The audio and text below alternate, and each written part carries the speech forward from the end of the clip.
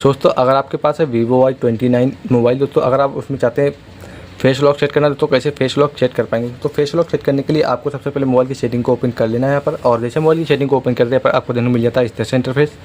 और यहाँ से आना है आपको थोड़ा सा नीचे, और नीचे आने के बाद देखने को मिल जाएगा यहाँ पर आपको सिक्योरिटी का, आपको सिक्योरिटी पर क्लिक कर लेना है।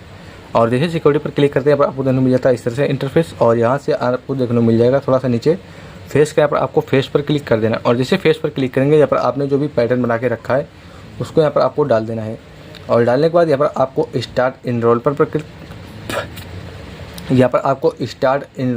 क्लिक कर देना है। और जैसे स्टार्ट इनरोलमेंट पर क्लिक करेंगे यहाँ पर आपको टिक करके एग्री करना है। और एग्री करने के बाद यहाँ पर फेस ऐड कर लेना है।